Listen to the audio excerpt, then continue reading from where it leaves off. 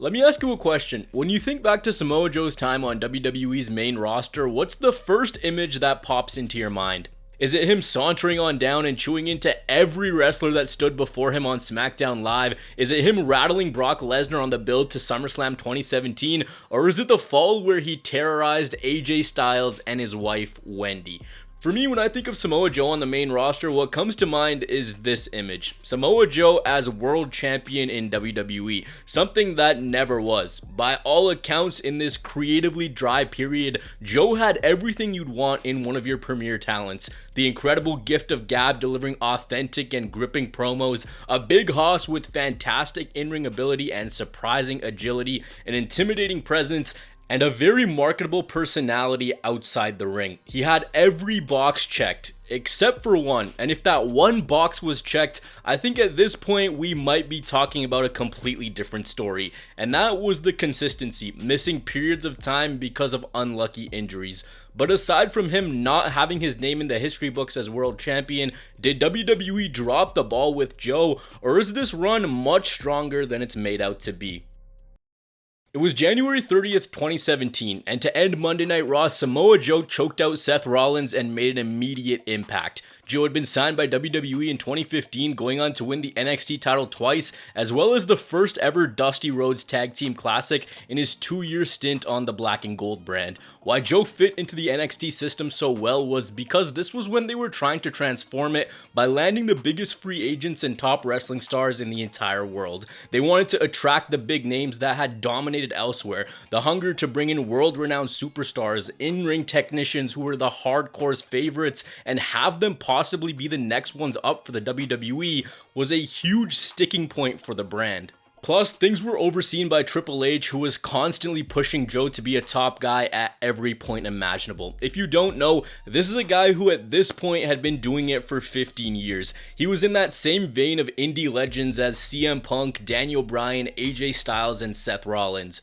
Guys who were hungry and by any means necessary wanted to make themselves every opportunity they got. No matter the venue, no matter the opponent, no matter the house drawn, their best foot was always going to be put forward. And that in turn created the most prolific period in independent wrestling. Joe was one of the pillars for TNA at its peak in 06 and 07. After becoming one of the hottest commodities out there, WWE and TNA both tendered Joe an offer in 2005, but he ended up going to TNA. You had this monstrous presence who had great versatility and was picking up accolades with the greatest of ease. From classics with the likes of CM Punk, Kenta Kobashi, Bryan Danielson, plus he was cementing his name as one of the top attractions for independent promotions wherever he went.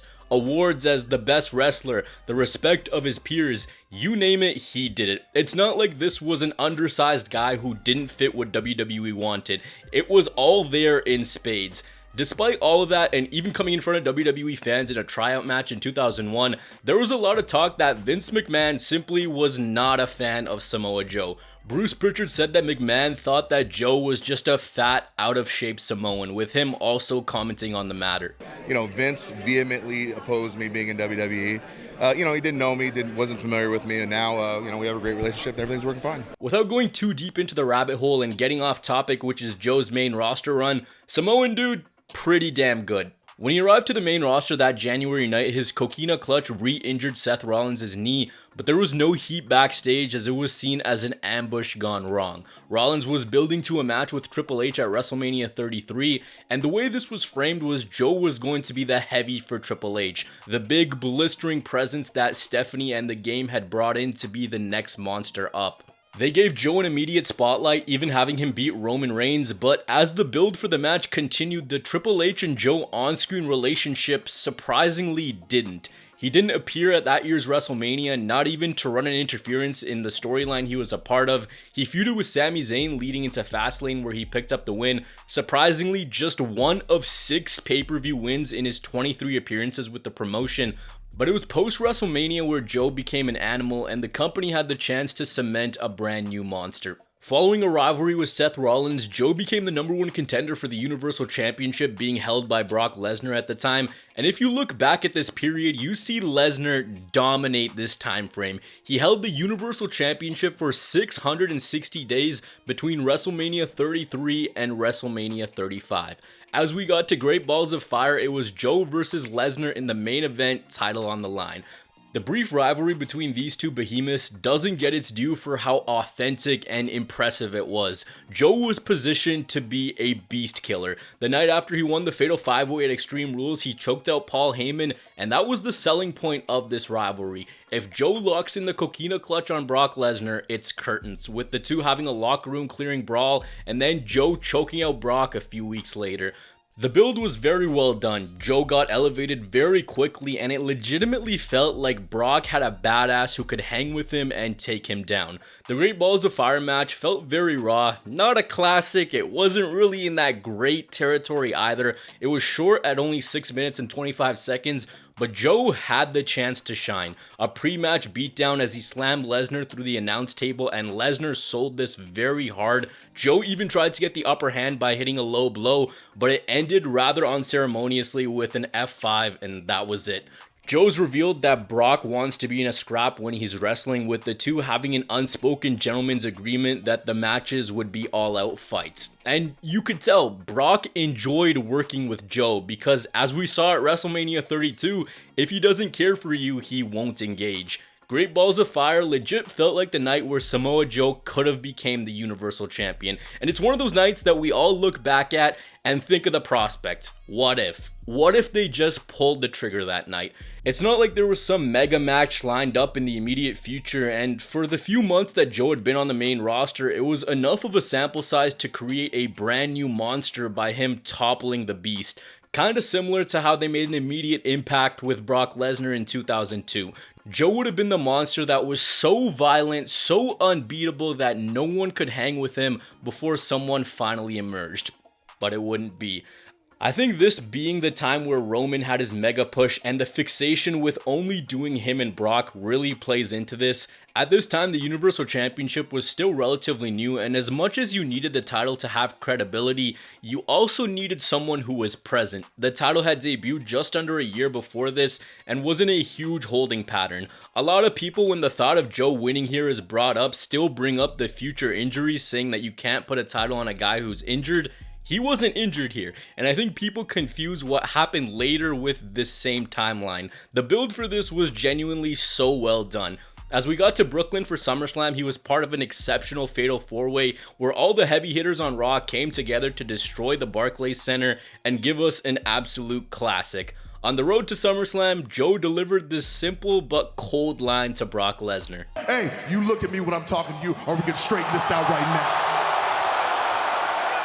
As the WWE's second biggest show wrapped up, WWE was dead set on keeping the title on Lesnar, as none of the other three picked up the win at SummerSlam. You even had a hot Braun Strowman who was killing it, but WWE didn't strike while the iron was hot. For Joe, this is where the body started to take a hit, derailing any possible momentum he could have had multiple times over. First, it was a knee injury that kept him out from August of 2017 to October of that same year.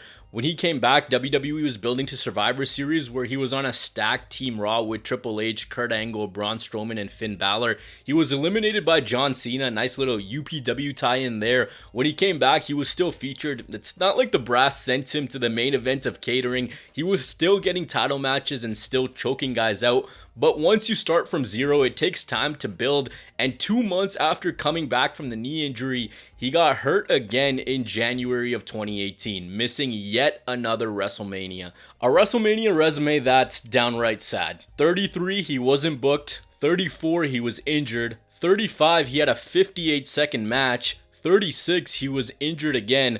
And 37, he was a commentator, and we got Paunch Joe. Following the big show, he came back to a thunderous pop, and WWE kept him very busy. At this time, they were building to the Battle of the Samoan Joes at Backlash, but Roman Reigns couldn't wrestle Joe just yet because we had the greatest Royal Rumble taking place beforehand, so they put Joe in the Intercontinental title picture where he unsuccessfully challenged Seth Rollins and Finn Balor in a ladder match. And at the same time, he was moved from Raw to SmackDown in the Superstar Shakeup. As Joe switched brands, this was where he'd have some of his most memorable work for the company. First competing in the Money in the Bank ladder match, but then putting his eyes on the big prize, as we got a 4-month rivalry between him and the WWE Champion AJ Styles.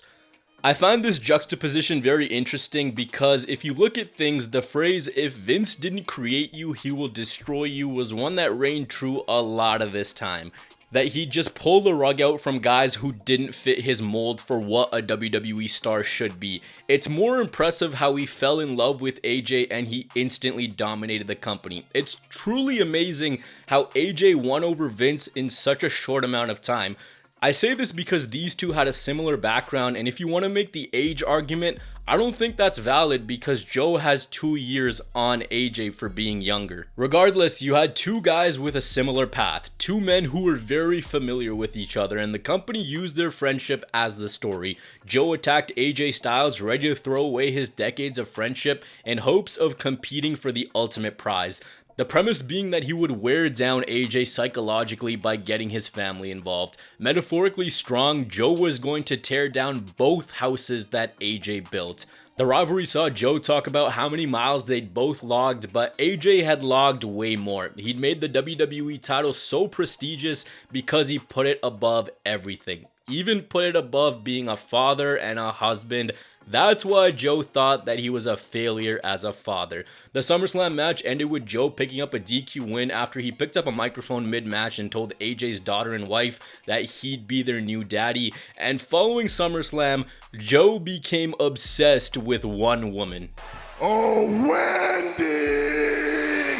You could see that WWE didn't want to outright beat Joe, whether it was to stretch out the rivalry or keep him credible. The finish to the Hell in a Cell match was Joe having the coquina clutch locked in, AJ rolling through to get Joe's shoulders on the mat, but AJ tapping on the non-hard cam side. So technically it was 1-1, but either way, no chip for Joe.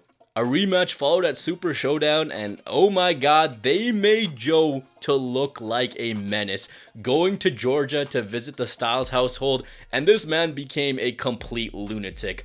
But that was the high point for him in this rivalry, as Styles won the next two matches, first by tapping him out in Australia, and then by pinfall at Crown Jewel. So you kind of wonder, why didn't they do it? After AJ had his disappointing rivalry with Shinsuke Nakamura, why'd they keep letting AJ's reign go on? Maybe it was the injuries in quick succession that scared them, but digging around, Road Dogg said that Vince was a babyface champion guy. He didn't want the bad guys because he felt like he couldn't promote them. Sure, we'd want to see a monstrous heel line him up, choke him out while being menacing on the mic, but Vince didn't think you could promote a guy like Joe.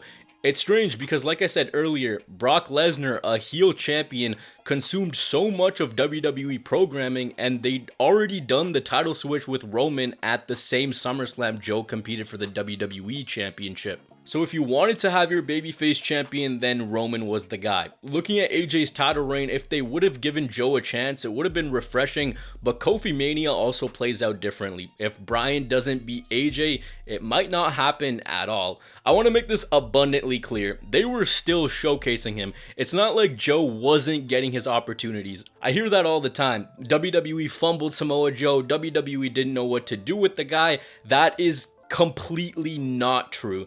I think now looking at it, when you're featured as prominently as he was, that is not a fumble. Yes, he should have been WWE champion, but just because you don't achieve a goal that only few men have doesn't mean you failed, and that doesn't mean that they didn't push you. Over the next bit, Joe continued to get the spotlight, once again competing in the 5-on-5 Survivor Series match, this time for SmackDown. He was involved in a very personal feud with Jeff Hardy, where Joe's talents were on display as the company used Hardy's past as fuel for the Destroyer, and he even competed for the WWE Championship in the Elimination Chamber match the following year. Hey, do me a favor. Why don't you act like this is an AA meeting and you shut your mouth while I'm sharing with the group?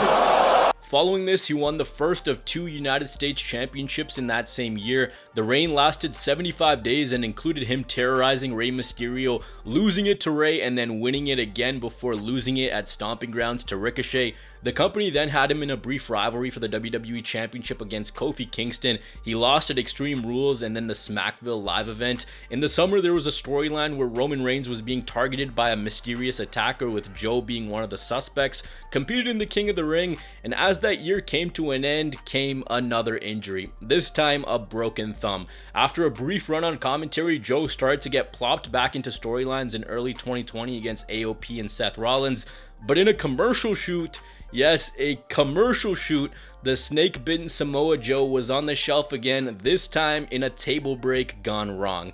This, wrapped together with a wellness policy violation, would be the end of Samoa Joe's time as an in-ring performer on the main roster. He was on commentary for the rest of the year until his release from the company in April of 2021, coming very randomly and during a slew of names being released at the same time. The company brought him back a few months later in June, but not as a full-time performer and not on the main roster. He joined NXT in the dying days of the Black and Gold brand, this time returning in an authoritative role as the enforcer of NXT, where he was the guy defending William Regal from the wrath of NXT stars. Anyone who watched Joe's original run in NXT knows how funny that is, considering he was the one making Regal's life hell. As I said, he wasn't cleared to wrestle because of that commercial shoot concussion the previous year, so they kept him around, and it was very exciting at the possible prospect of a match against guys like Adam Cole, against Carmelo Hayes. A whole new era of NXT stars had emerged since the last time Joe was in the brand, but that was fans operating under the thought process that it would still be what we'd known it to be for the past little bit. As the summer came to an end, Joe wrestled Karrion Kross and became a record 3-time NXT champion on the final takeover, which he later vacated because, again, Samoa Joe in the WWE couldn't catch a break. He tested positive for COVID-19 and the direction of NXT was about to completely change, and Joe didn't feature in those new plans. He was a backstage trainer for a while, and come the first week of 2022, he was again released by World Wrestling Entertainment. And that's where the story of snake-bitten Samoa Joe comes to an end. When you look back at this run, you can't say that he wasn't utilized. Not utilized as world champion, yes, but he was consistently pushed. From his debut in 2017 all the way to his final full WWE main roster year in 2019, he was always sniffing around that main tier of WWE stars consistently. I'll put it to you like this, maybe Great Balls of Fire 2017 was WWE testing the waters with Joe, and possibly if those two simultaneous injuries don't happen the next year, I'm sitting here telling you about how he won the big one in every top promotion he was in. One can only imagine what Vince thought, but if the injuries didn't happen, maybe Vince would have seen him as that guy he could give the reins to.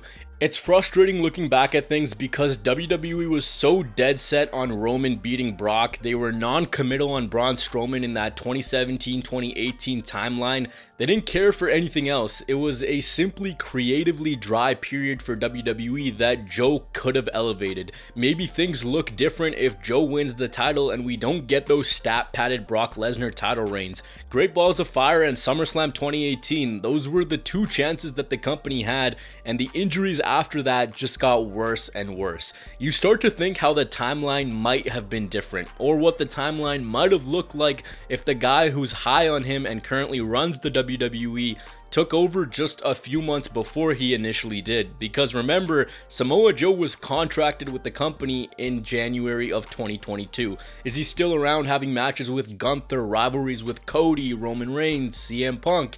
It's a big what if. Look, I've said it so many times, just because you don't win a WWE World title doesn't render your run automatically as useless or a failure. He was pushed, he got a lot of shine in the company, but the band-aid next to his name seemingly never went away. A ready-made WWE champion if there ever was one, but it never was.